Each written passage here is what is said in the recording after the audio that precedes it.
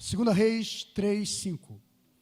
Mas depois que Acabe morreu, o rei de Moabe rebelou-se contra o rei de Israel. E naquela ocasião, o rei Jorão partiu de Samaria e mobilizou todo Israel. Também enviou esta mensagem a Josafá, rei de Judá. O rei de Moabe, ele falando para o rei Josafá, é a mensagem: o rei de Moabe rebelou-se contra mim. Irás você com seu exército acompanhar-me nesta batalha contra Moabe? Josafá respondeu: sim, eu irei e serei teu aliado. Os meus soldados, o meu exército e todos os teus soldados, os meus cavaleiros e os meus cavalos e os teus, se formarão apenas um exército. Versículo 8, perguntou então Josafá para Jorão: e por qual caminho iremos?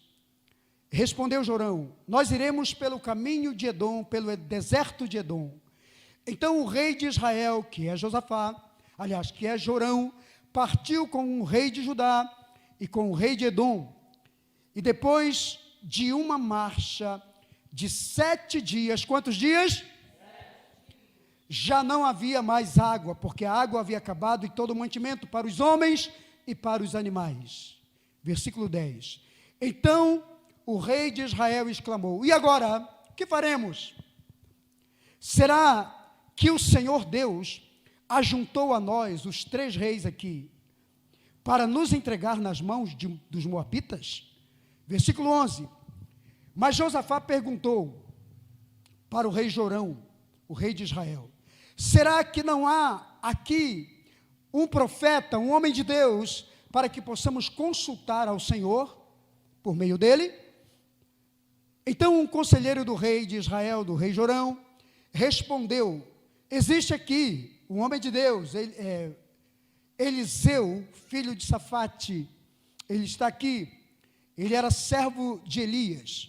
Então Josafá disse: chamem a Eliseu, porque a palavra de Deus, a palavra do Senhor está na boca dele. Então o rei de Israel falou para Josafá e para o rei de Edom para falar com ele. E ele falou. Eliseu então veio para o rei de Israel e disse: eu não tenho nada a ver com você, ó rei Jorão. Por que você não vai consultar os profetas do teu pai e de tua mãe? Mas o rei de Israel insistiu: não, pois o Senhor nos ajuntou nesse lugar para nos entregar nas mãos dos moabitas. Então Eliseu disse: eu juro pelo nome do Senhor dos Exércitos, a quem eu sirvo, que se não fosse por respeito ao rei Josafá, rei de Judá, eu não olharia nem para você e jamais daria atenção ao seu pedido. Só até aí. Amém? Fala aí para o seu vizinho, olha para ele aí. Diga assim: sem rumo e sem direção. Já viu esse ditado? Pois é, nós vamos falar hoje sem destino e sem direção. Eu sei que às vezes a leitura da Bíblia é meio confusa, tem um monte de coisa, mas a gente precisa entender. Então deixa eu te relatar o que aconteceu aqui. Bom, Jorão era filho de 2 personagens da Bíblia que não são muito agradáveis. O nome do pai era Acabe, o nome já diz tudo, Acabe com tudo. Então foi um cara que acabou com tudo, inclusive com o relacionamento dele com Deus. Então, Jorão era filho de Acabe, rei de Israel. Acabe era casada com uma mulher muito maravilhosa, chamada Jezabel. Quantos conhecem a história de Jezabel? Então, você imagina, um rei rebelde, desobediente a Deus, incrédulo, ímpio, casando com uma endemoniada chamada Jezabel, que era feiticeira, que era sacerdotisa do deus Baal. O que vai dar? Vai dar um Jorão na vida. E Jorão, então, a Bíblia diz que Jorão fez a mesma coisa que os pais fizeram. andou nos caminhos da desobediência, da rebelião contra Deus, e se tornou um homem que levou Israel a afundar-se economicamente, espiritualmente e socialmente. O povo viveu numa miséria total e absoluta. Acontece que Acabe, estou te contando para você entender o esquema aqui, Acabe conseguiu oprimir alguns povos que eram menores do que Israel, e um deles era o povo dos Moabitas. Então, os Moabitas pagavam um determinado imposto para Israel. Por muitos anos, eles pagavam 20% de tudo que produziam na terra, eles pagavam para Israel. Mas quando Acabe morreu, o rei dos Moabitas se rebela e manda um recado para o jovem e incrédulo, e rebelde, e incircunciso, Jorão, que assume o reinado de Israel, o governo de Israel, no lugar do pai. E o recado do rei amonita, do rei moabita é: não pagaremos mais imposto a partir de agora para vocês. E se vier cobrar imposto aqui, vamos receber na bala. Naquele tempo tinha bala, estou usando a linguagem de hoje, né? Mas vamos receber com armas e vocês não vão entrar, não vão pagar imposto, não vão mais ser escravos de vocês, e acabou. Então, Jorão não tinha força, não tinha poder, não tinha exército suficiente, e não tinha coragem, que não era um guerreiro, para lutar contra o rei dos Moabitas. Então ele manda um recado para o rei de Edom, que era primo, era filhos de Esaú, então eram meio parentes. Manda um recado para o rei de Edom: você vai na guerra comigo contra os Moabitas que se rebelaram? O rei de Edom diz: eu vou, levo o meu exército. E manda um recado para Josafá: você vai comigo na guerra contra os Moabitas? Vou. Então está tudo certo. Josafá foi. Acontece que Josafá era um homem de Deus, era um homem temente a Deus, porque era filho do rei Asa, que foi um homem muito temente a Deus, e Asa foi um dos reis que mais agradou a Deus, rei de Judá, porque Israel naquela época era dividido em dois povos, o reino do sul e o reino do norte. Estou te contando a história para você entender rapidinho. O reino do sul era Judá, e o reino de Israel era o reino do norte. A capital de Israel era Samaria, e a capital do reino do sul, que era Judá, era Jerusalém. Então, o rei Josafá era um homem temente a Deus, servia a Deus, era obediente a Deus, mas faz aliança com Jorão, com o endemoniado. Estou falando aqui em termos para você entender como é que funcionam as coisas. Amém? E diga assim: aqui é uma escola. Fala. Diga: aqui eu vim aqui para aprender, para crescer, para me libertar, para me salvar, para mudar de vida. Amém? E diga: para isso tudo acontecer, fala, eu preciso ouvir verdade. E é o que você está ouvindo nessa noite, vai ouvir muito mais ainda. E você da internet também, o pessoal que está aqui na internet, está conosco. Já que escolheu ficar aqui, ouça a palavra. Amém? Hoje é reto, sem curva. O recado vai ser direto. Tem dia que eu estou de apóstolo, hoje eu estou de profeta. E quando é profeta é direto, sem curva. Amém? Hoje eu estou meio profeta, na verdade. Então você já entendeu a história. E Jorão então Josafá diz: eu vou contigo, vou para essa batalha. Certamente você já tem um plano. Muito bem. Então Jorão agora decide a ser um líder. Ele vai liderar o povo para a batalha. Por isso que eu estou falando que é sem destino e sem direção. A pior coisa é você não ter um plano para a sua vida. Quem não sabe para onde vai chegar em lugar nem... Já ouviu falar isso? Quem não sabe para onde vai chegar a lugar algum. Nunca vai chegar a lugar algum, certo? Quem compra viagem para nenhum lugar vai chegar em qualquer lugar. Ou em lugar nenhum. Quem não sabe dar direção para a sua vida, não pode dar direção para a vida dos outros. Sim ou não? Então Jorão monta esse esquema para ir contra o rei dos Moabitas. A primeira coisa que aconteceu, 7 dias, começaram a andar pelo deserto. Josafá pergunta, por onde é que nós vamos? Qual é o caminho? Porque quando você faz uma empreitada, quando você determina para onde você vai, certamente você tem um projeto, sim? Você já tem um mapa, você já mapeou tudo por onde você vai, porque isso é o certo. Como é que eu saio para determinado lugar se eu não sei onde vou, se eu não tenho um mapa para chegar, se eu não tenho objetivo nenhum na vida? Então Josafá diz, por onde é que nós vamos? Jorão diz, nós vamos pelo caminho do deserto, pela área de Edom. Se eu digo isso para você, você chega para mim, eu te convido para você participar de algo com a minha vida, do meu projeto, do meu propósito, da minha guerra, da minha luta, e te chamo para vir comigo, certamente você diz, ele sabe onde vai. Sim ou não? Ele conhece o caminho, ele sabe por onde ir, e eu quero segui-lo. Muito bem. Acontece que começaram a andar em círculo no deserto, porque Jorão não conhecia por onde ir. Ele não tinha mapa nenhum. Ele só levanta um grande exército, mas não sabe para onde conduzir o exército. E a Bíblia diz que durante 7 dias ficaram rodando. Acabou a comida, acabou a água, e eles ficaram perambulando pelo deserto. Aí, a desculpa dele foi, porque certamente o exército, tanto o rei de Edom, quanto Josafá, perguntavam, e aí, Jorão? Como é que é, cara? A gente está rodando aqui já tem 7 dias. Está acabando a comida, acabou a água, e o que a gente vai fazer? Aí a desculpa de Jorão. Não, sabe o que é?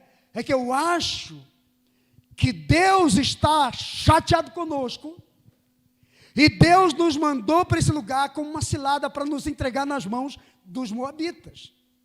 Sabe por quê?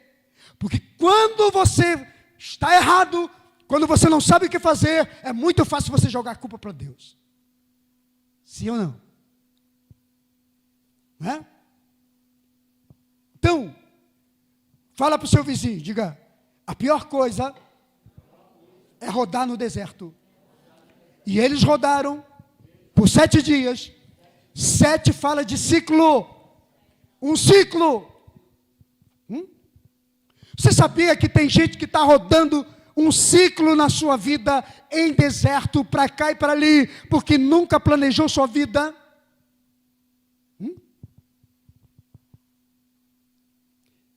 Porque nunca consultou a Deus, e quando a coisa é errada na sua vida, ainda vai culpar Deus por isso. Nós temos muita gente fazendo isso. Sai de qualquer jeito, faz o que tem que fazer, numa vingança, num projeto, numa guerra que não é planejada, e daqui a pouco começa a dar tudo errado na sua vida. Falta isso, falta aquilo, falta estratégia, falta suprimento, falta graça, falta alegria, falta prazer. E diz, o que está acontecendo? Eu acho que Deus está me castigando. Não. Quando você toma decisões erradas, e as consequências vêm. Amém? Fala para o seu vizinho aí, diga, primeiro você escolhe, depois você colhe. Sim ou não? Não é assim? Não tem como colher um resultado diferente daquele que você escolheu ou semeou. Então, andar em círculo pelo deserto é ter uma vida sem direção, sem a direção de Deus. Se a pior coisa para o ser humano é viver sem direção, sabe por quê? Porque quer queira você aceite ou não, eu e você somos projeto de Deus, somos planos de Deus. Deus planejou a tua vida.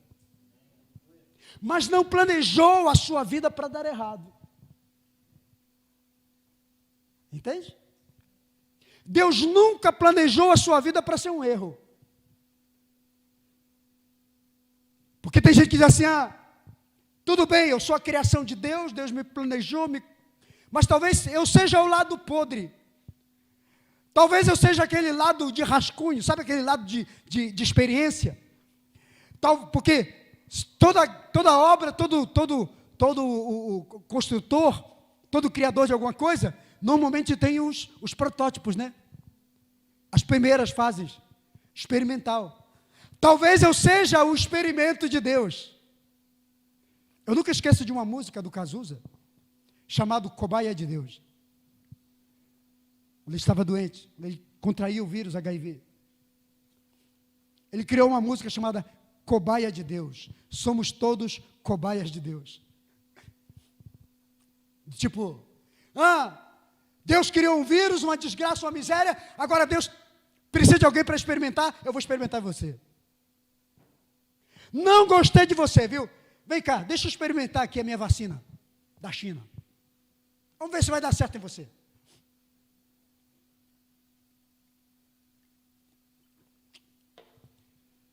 Não. Você não é cobaia de Deus e nem eu. Não somos o lado podre, porque não existe isso na criação. Só existe o projeto certo. Deus criou a minha vida e a sua para dar certo. Fala assim, levanta esse dedo aqui para cima. Olha para cima.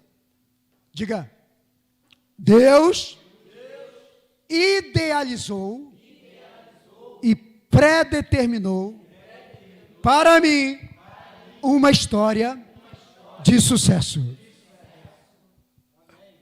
Olha para o vizinho do lado e diga, ponta o dedo para ele agora. Não é acusação, é profeta. Diga, esse é o profeta. Continua com o dedo, diga assim, Deus, aponta o profeta para ele, idealizou e predeterminou para você uma história de sucesso. Então por que está dando errado? Deus não tem lado errado. Deus não tem fase experimental. Você entendeu? Não tem esse negócio de experimentar em você uma coisa que não deu certo. Ou Deus vai dizer, eu fiz o primeiro ser humano, eu fiz o fulano, deixa eu ver se vai funcionar. Vai lá para a vida. Não funcionou, fica aqui de lado. Tu é o lado desgraçado da vida, fica aqui. Eu vou criar outro, para ver se sai mais perfeito. Não, nós somos obra. Aliás, leia aí. Tiago 1, 18.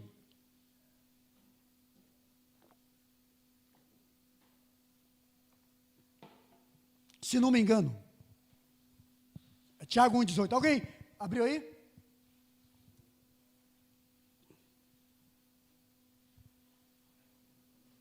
Teu está se rebelando contra você? Teu aplicativo está se rebelando contra você, não quer abrir? Estou contigo e não abro?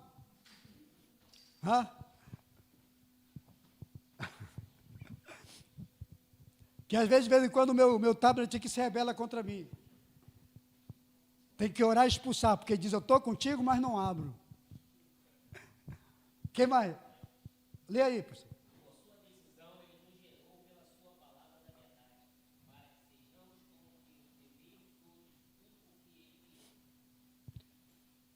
É 17 e 18, né? Não, é o 18, né? Na minha versão, na versão original diz assim, somos como que primícia de Deus. Ele nos criou pela sua afeição. Ele criou por si mesmo, ele tirou dele um modelo e nos criou como que primícia. Primícia é o melhor. É a preciosidade. Se você é a primícia da criação, o melhor da criação, como é que vai dar errado? é que as nossas decisões, o nosso mapeamento não é perfeito. O criado por nós. Entendem? Então, voltando aqui, quando eu bato, ele vira aqui de posição. Volta aqui de novo. Vamos lá. Então, diga aí para o seu vizinho, diga, Deus nos criou de forma perfeitamente maravilhosa. Sim?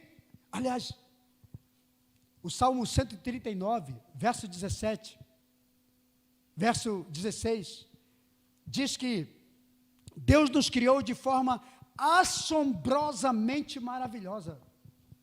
O que é assombrosamente? Ih, pastor, quando Deus me olhou, ficou assombrado. Disse, o que eu fiz? É isso? Não. Essa expressão é, Deus fez tão perfeito e tão maravilhoso, que ele olhou e disse, que coisa linda que eu fiz. E por que dá errado? Então o Jorão disse assim, eu acho que Deus quer testar a gente. Que Deus nos colocou nessa furada para a gente cair numa cilada dos moabitas. Deixa eu te dizer, Deus nunca vai fazer isso com você. Quando Deus te chama para a vitória, te chama para ganhar, te chama para prevalecer, te chama para conquistar, te chama para dar certo. Amém ou não? Então, o que tem que acontecer é, diga aí, diga, mais uma vez, diga, Deus idealizou e predeterminou para mim uma história de sucesso. Fica de pé por um instante. Agora eu quero que você fique de frente com a pessoa que está do seu lado. Fica de frente para ela. Olha bem nos olhos dela. Não olha para mim não, apenas ouça o que eu vou dizer. Olha bem nos olhos. Diga, Deus, quando fez você, quando planejou sua vida, Ele planejou para ser um sucesso, para ser abençoado, para ser próspero, para ser saudável, para ser inteligente, para ser criativo. Digo, por isso, sabe de uma coisa? Não tem como dar errado a sua vida, a sua história. Amém? Então você já sabe, senta aí. Por favor. Eu disse que eu estou hoje de meio profeta. Então, preste bem atenção. Quando você fizer algo que dá errado na sua vida, assuma as responsabilidades. Sim ou não? Ninguém é culpado. Diga para o seu vizinho aí, diga, não, ninguém é culpado. Diga, não culpe ninguém. Diga, você é o único responsável pela sua decisão. Amém? Diga, primeiro você escolhe, depois você colhe. Aprenda bem isso. Primeiro você escolhe, depois você colhe. Amém? Glória a Deus. Então foi Jorão que decidiu por que lado seguir. Ele decidiu para onde ir. E ficou rodando por 7 dias. E foi acabando o mantimento. E foi acabando tudo. Já não tinha mais água, não tinha mais nada. Os animais, os soldados estavam cansados. Os animais não tinham mais comida, não tinham mais o que beber. Agora, quero que você repita outra coisa. Diga para o seu vizinho aí, diga, não planejar as suas rotas da sua vida é a mesma coisa que programar o fracasso. Não planejar as rotas da sua vida é a mesma coisa que programar o fracasso. Todas as vezes que você faz um plano para a sua vida, sem a bênção de Deus, sem a graça de Deus, sem o conselho de Deus, sem a palavra de Deus, vai dar ruim. Lembra quando eu falei que você foi criado por Deus para dar certo, você é um plano de Deus? Pois é. Então seria muito inteligente de sua parte entregar sua vida para Deus, entregar seu destino para Deus, entregar sua família para Deus, seu casamento para Deus, seu trabalho para Deus, seus projetos para Deus, seus sonhos para Deus, todos os seus planos para Deus. Entendeu? E colocar tudo diante de Deus e falar: Senhor, o que o Senhor acha? Eu gostaria de fazer determinada coisa. Mas o que o Senhor acha? Hein? Mas sabe qual é o nosso problema? Nós não planejamos as nossas rotas. Nós sempre nos programamos mais para o fracasso, para a perda, do que para o sucesso. Não colocamos os nossos planos diante de Deus, até porque não temos. Tem gente que segue o plano dos outros. Tem gente que segue sugestão dos outros. Eu costumo sempre dizer que tem gente que não decide nem o que vai comer. Já viu as pessoas que chegam no restaurante? Hã? Aí chega lá com o garçom. O garçom vem: pois não, senhor, pois não, senhora. Te dá o menu. Aí você pega, olha, um monte de coisa que você nem sabe o nome, você nem conhece, porque nunca provou na sua vida, porque só come linguiça frita, porque só come coisas fritas, coisas gordurosas. Não é? Não é porque você não pode, é porque você está acostumado, você está mal acostumado com suas alimentações, sua alimentação. Come coisa que vai te matar em pouco tempo. Que está repreendido em nome de Jesus, que você não morra pela sua boca. Porque tem gente que morre pela boca por comer, e tem gente que morre pela boca por declarar. Declarar coisa ruim. Entende? Mas tem gente que chega lá, lê aquele monte de coisa que nunca provou na sua vida. Eu sou um, que tem muita coisa que para mim, qualquer coisa é comida. É. Então, se me falar de pratos com nomes sobrenaturais, não vou conhecer. Uma vez o pastor Fabiano falou: só vão comer fricassê de não sei o que. Eu falei: o quê? Levou lá para honrar minha esposa, era aniversário da minha esposa. Primeira vez que eu comi na minha vida, depois de 50 anos. Fricassê. Eu falei: nunca ouvi falar, meu irmão. Mas bota aí, vamos provar, vamos ver se é bom. Depois fui ver que era frango, com não sei mais o que, e tinha lá uns negócios lá de queijo, um monte de mistura, uns cremes lá. Amém. Para mim é queijo derretido, misturado com frango desfiado, com um monte de outro. Mas amém. Deixa eu te falar aqui. É até engraçado contar. A primeira vez que eu ouvi o nome estrogonofe na minha vida, eu morava no Amazonas, em Manaus. Quando eu vi estrogonofe, alguém falou, a minha irmã falou que nós íamos comer estrogonofe. Eu falei: meu, estrogonofe. Ficou aquele negócio na cabeça, falei que era de outro mundo. Eu falei: meu Deus. Quando eu provei o estrogonofe, eu falei: era de carne. Eu achei um pedaço de carne lá com creme de leite, algumas outras coisas. Tá bom, estrogonofe. É bom, né? A gente enganar os outros. Querido, aí você chega lá, o garçom mostra, aí você olha tudo aquilo, não sabe mesmo, aí chega lá para o garçom e fala: qual é a sugestão da casa? Aí quem decide por você é o garçom, que diz que você vai comer. Ele diz: não, come isso aqui, eu sugiro que você... Claro que ele vai te vender o prato mais caro. Ele quer ganhar a gorjeta dele. Entende? Quando não planejamos a nossa vida, quando não traçamos uma rota para nós, Seja na vida espiritual, na vida ministerial, na vida familiar, na vida do casamento, na vida profissional, na carreira profissional, seja em que área for, você está programando o seu fracasso. Vai ficar no deserto.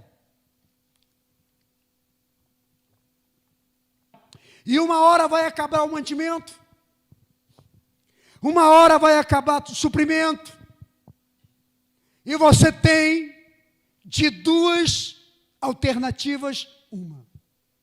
Ou você morre no deserto, ou você volta para a estaca zero. Se é que as pegadas da areia não foram apagadas, para você retornar. Entendeu? Tem muita gente que está precisando fazer isso. Retroceder na caminhada. Principalmente para Deus. Senhor, quero reconfigurar toda a minha vida. Aperta o start aí. Me reinicia. É isso mesmo, Kevin? Start? Restart. Obrigado. Você vê como eu não sei nem o que é? Start e restart. É assim na comida também. Então, às vezes nós pensamos restartar. É isso? A nossa vida.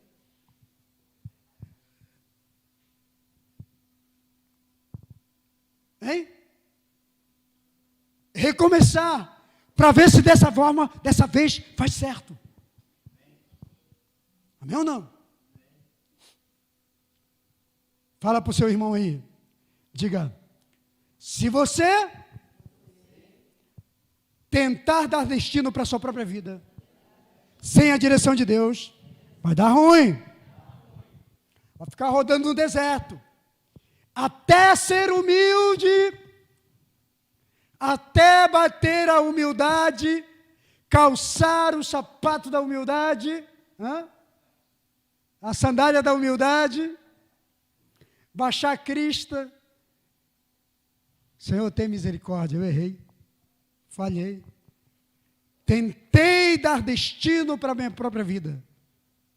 E fiz do meu jeito, deu ruim. Fala para o seu vizinho aí, cuidado. Diga, não ande sem água. Não ande sem provisão. Diga, não ande sem reservas.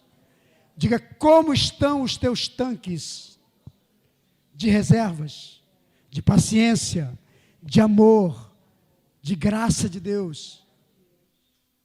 Hein? Porque se você estiver num deserto perdido, você vai precisar da reserva.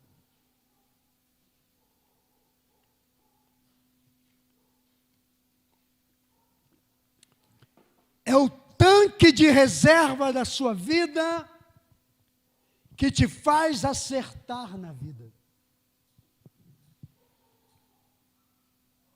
Com Deus, amém, queridos? Glória a Deus.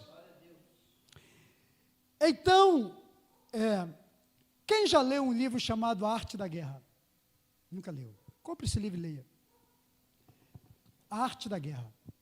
Sun Tzu, um general que viveu em 400 anos antes de Cristo, segundo eles.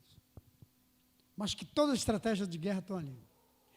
E segundo o Sun Tzu, ele diz que uma das grandes estratégias da guerra, da arte de vencer uma guerra, é nunca planejar, é nunca deixar ou nunca ir para uma guerra sem planejar os custos, os gastos, as despesas.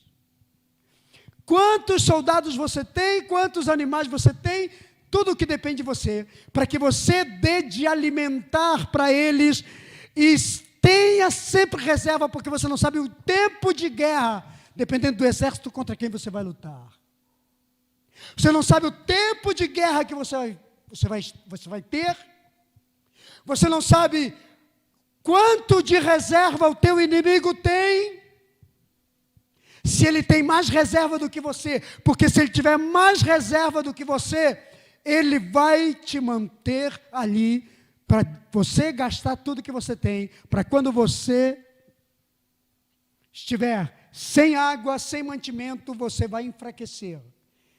E é nessa hora que ele te vence. A arte da guerra. Que tem tudo a ver com a vida espiritual. Você parte para uma guerra contra o teu inimigo, contra o teu adversário, mas você não tem reserva, porque você não tem comunhão com Deus, você não lê a Bíblia, você não recebe ensinamento, você não recebe discipulado, você não cresceu na sua vida, você não tem reservas. Entendeu? Aí você vai para a guerra. Só que o teu inimigo está muito mais preparado do que você. Ele tem combustível suficiente. Ele tem reservatório suficiente. Então ele vai te matar no cansaço. Fora os problemas que acontecem dentro de um exército com fome. Sabe qual é? Murmuração, insubmissão, reclamação, rebelião, deserção. Soldados vão embora. Porque eles ficam desesperados. Que eles sabem que tem que vencer um exército. Tem que guerrear. Mas como é que eles vão lutar com fome? Vocês estão entendendo como é que são as coisas? Então, o inimigo sabe que um exército, ou uma pessoa, ou um soldado desprovido, sem água, sem alimento, ele vira um capiroto.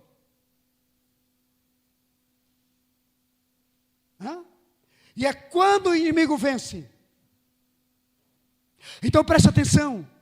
Sair para uma batalha, para uma guerra, ou planejar a sua vida, criar uma rota para você, sem provimento, sem provisão,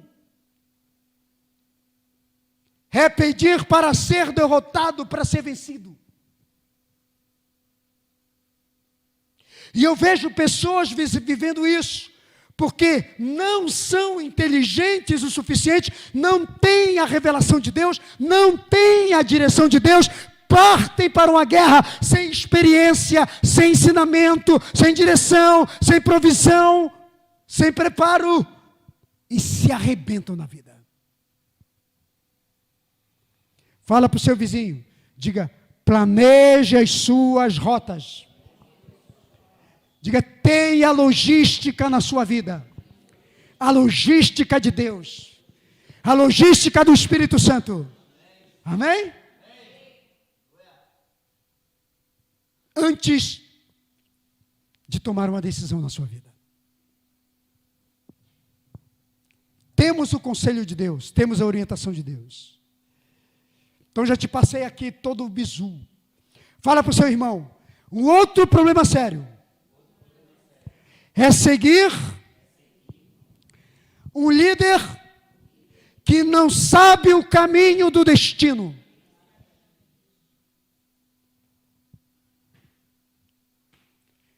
Josafá e o rei de Moabe seguiram Jorão, que não conhecia o caminho do deserto.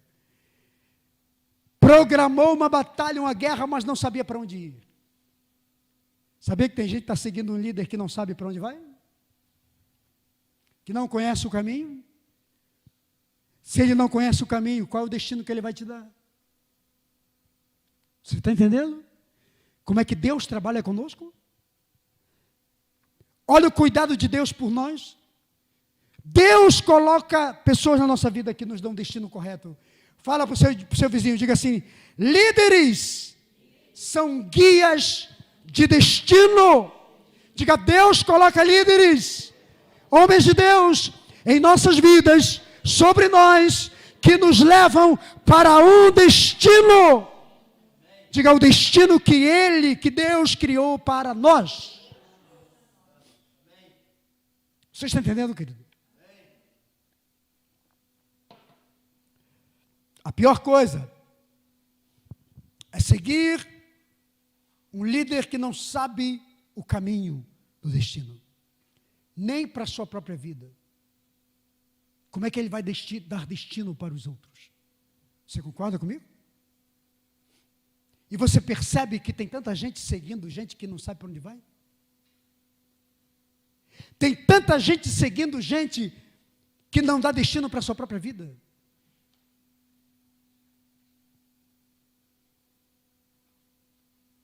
Essa é uma realidade. Infelizmente, tem acontecido na nossa geração. O Josafá seguiu o cara que não sabia o que fazer. Quando você segue alguém que não sabe o que fazer, que não conhece o caminho do destino, todo que segue alguém que não sabe o caminho do destino, vai ter o mesmo fim que ele. Precisamos ter muita inteligência para isso. Aí, o Jorão bota a culpa em Deus. Ele diz, não, mas Deus pode ter mudado de direção. Deus pode ter nos colocado numa cilada. Deus pode ter nos colocado aqui para cairmos nas mãos dos moabitas. Porque quando a pessoa está errada, ela sempre joga a culpa para outro.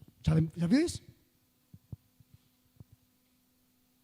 Nós nunca assumimos a nossa responsabilidade. Fala para o seu irmão, diga, nós precisamos ter autorresponsabilidade. Diga, nunca use Deus como desculpa para as coisas que derem errado na sua vida. Estão entendendo? Nunca. Deus não é culpado de nada. Como eu falei para você, Deus sabe todas as coisas.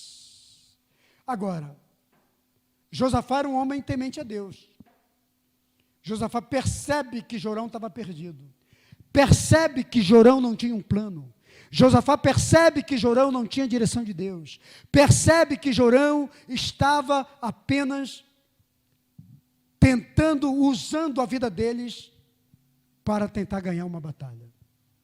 E Josafá diz assim, eu já vi que você não consultou a Deus, estou aqui prestes a comprometer todo o meu exército,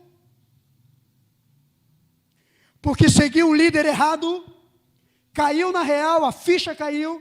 Josafá disse, eu vou perder o meu exército se continuar seguindo esse líder. Eu vou perder porque os meus soldados vão murmurar, vão desertar, vão embora, ainda vão dizer que eu sou um péssimo rei. Vão me culpar, porque eu os chamei para um projeto, eu os coloquei dentro de um projeto, de um plano, de um líder fracassado, de um líder desobediente a Deus, de um líder que não tinha direção de Deus, e fracassou, e vai levar todo o meu exército e a mim ao fracasso. Josafá disse, tem algum homem de Deus a quem eu possa consultar aqui? Então um conselheiro de Jorão disse, nós estamos aqui, mora aqui na região, e eu sei o caminho, sei a casa de Eliseu, que servia a Elias. Então Josafá disse, vá chamá-lo porque a palavra de Deus está com esse homem. Porque Josafá já conhecia a reputação, já conhecia a vida de Eliseu. Então foram chamar Eliseu. Quando Eliseu chega, só que Eliseu não gostava muito de Jorão, porque já tinha tido muito problema com a família de Acabe. Sabia que o pai de Acabe, a mãe de Acabe, a mãe de Jorão, tanto o Jorão quanto o Acabe, não, é que está vendo isso, uma situação assim, estamos perdidos, não sabemos o que fazer, saímos para uma empreitada, uma campanha de guerra, mas está dando tudo errado, acabou o mantimento, acabou a água, acabou tudo, e o rei Jorão pediu para você ir lá. E quem é que está lá? Não, está o rei de Moabe, está Josafá. Ele falou, quando está Josafá, então eu vou por causa de Josafá. E diz que quando Eliseu chega lá, confronta o rei Jorão e falou assim, eu não estou aqui por você não, porque você é um rebelde, você é um desobediente, você nunca serviu a Deus, você sempre usou as coisas de Deus. Eu não estou aqui por você, mas eu estou aqui em respeito a Josafá, que é um homem de Deus, um homem temente a Deus. Então, aí a história muda, porque se você continuar lendo, você vai ver que ele ora, vem um milagre, água vem, Deus faz um milagre, desce água por toda a terra, eles conseguem água, conseguem mantimento, conseguem as coisas e vencem a batalha depois. Porque agora tem direção de Deus. Porque agora um rei consultou a Deus. Um homem de Deus consultou a Deus. Amém? Mas o Jorão já havia culpado a Deus. Então eu quero te dizer 3 coisas aqui. Primeiro, quando fazemos planos errados, culpamos a Deus. Quando dá errado. Mas quando você teme a Deus, você honra a Deus. Fala para o seu vizinho. Diga, quem teme a Deus, fala aí, pode falar. Prefere ouvi-lo. Diga, quem não teme a Deus, prefere culpá-lo pelas coisas que dão errado na sua vida. Você entendeu? Pelas suas escolhas e pelas suas decisões erradas. Hoje eu até publiquei agora de tarde no meu Instagram, convidando o pessoal para vir para o nosso culto. Coloquei essa frasezinha. Quem teme a Deus, prefere ouvi-lo. Quem não teme a Deus, prefere culpá-lo quando as suas escolhas, as nossas decisões dão erradas. Então nós culpamos Deus. E as pessoas estão fazendo isso. Então, querido, para me fechar aqui, não seja como o Jorão, colocando a culpa em Deus. Deus não tem nada a ver com seus planos errados. Deus não tem nada a ver com as suas escolhas erradas. Deus não tem nada a ver com as suas decisões erradas. Faça como Josafá.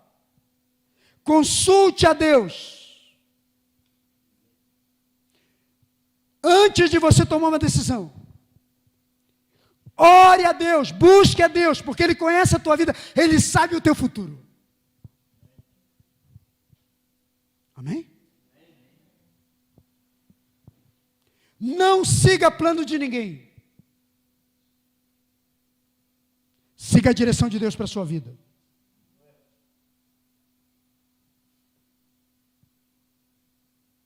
Sabe por quê? Porque quando você vive uma vida totalmente desfocada, desajustada com Deus, ninguém te respeita. Esse é o último ponto aqui. Jorão não tinha o respeito de ninguém. O profeta olhou para ele e falou assim: eu não estou aqui por você não, viu? Só estou aqui porque tem um homem aqui que teme a Deus. Porque quando você temente a Deus, todos te respeitam. Deus te respeita. As pessoas te respeitam.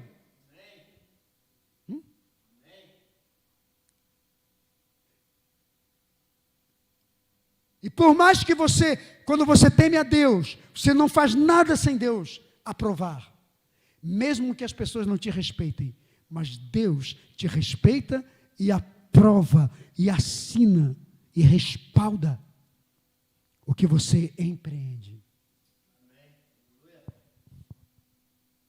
Seja no teu ministério, seja na tua vida espiritual, seja na tua carreira secular. Sabe por quê? Porque quem teme a Deus não faz nada sem o sim de Deus. E Deus te chamou nessa noite aqui para isso. Para entender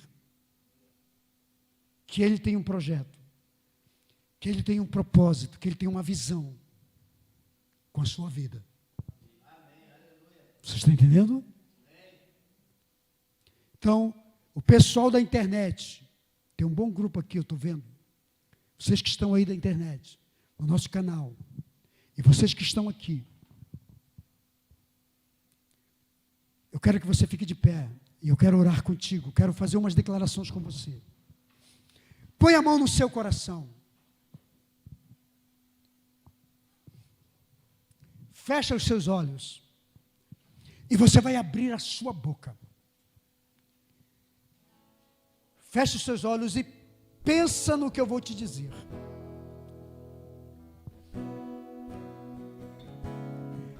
Quantos planos que você fez para a sua vida que deu errado?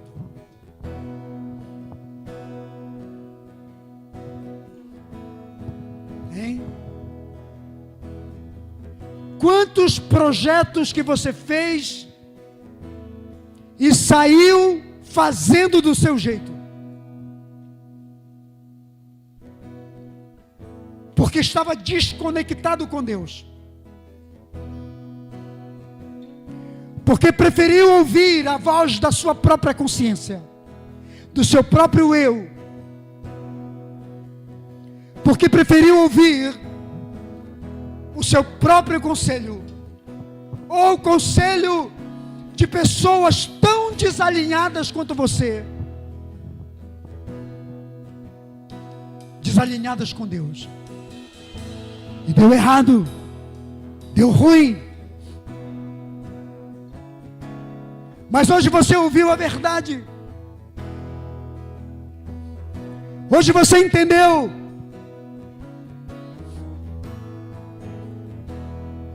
que Deus não te chamou para ser o lado errado, para ser o projeto experimental que dá errado. E hoje você decide mudar a rota da sua vida. Porque quem planeja ou quem não planeja suas rotas e não as coloca debaixo da apreciação de Deus, está programando o fracasso para a sua vida. Mas eu oro e eu declaro neste lugar: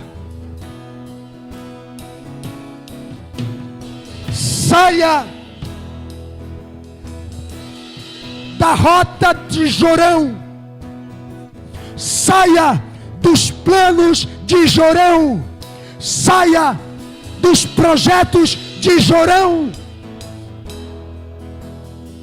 e tome a posição que Josafá tomou na sua vida. Eu vou consultar a Deus, e Deus te trouxe aqui para você consultar a Deus, em nome de Jesus. Continue de olhos fechados. Se você está na rota errada,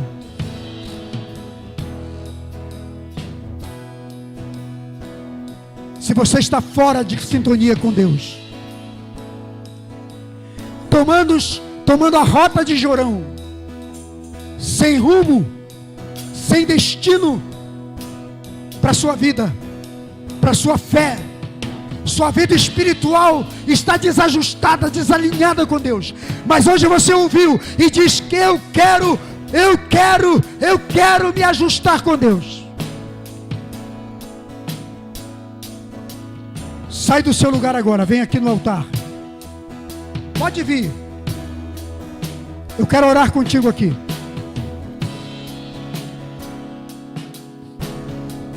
Você está no altar de Deus. Pode vir, sai do seu lugar agora.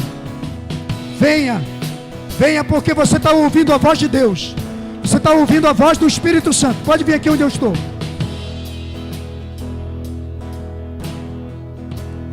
Aleluia. Você está ouvindo a voz do Senhor falar contigo. E Ele veio aqui para ajustar sua vida hoje. Ele veio aqui para alinhar você de novo. Ele veio aqui para dizer: hoje eu vou dar direção para a tua vida. Hoje eu vou dar destino para você. Hoje eu vou dar destino para o seu coração.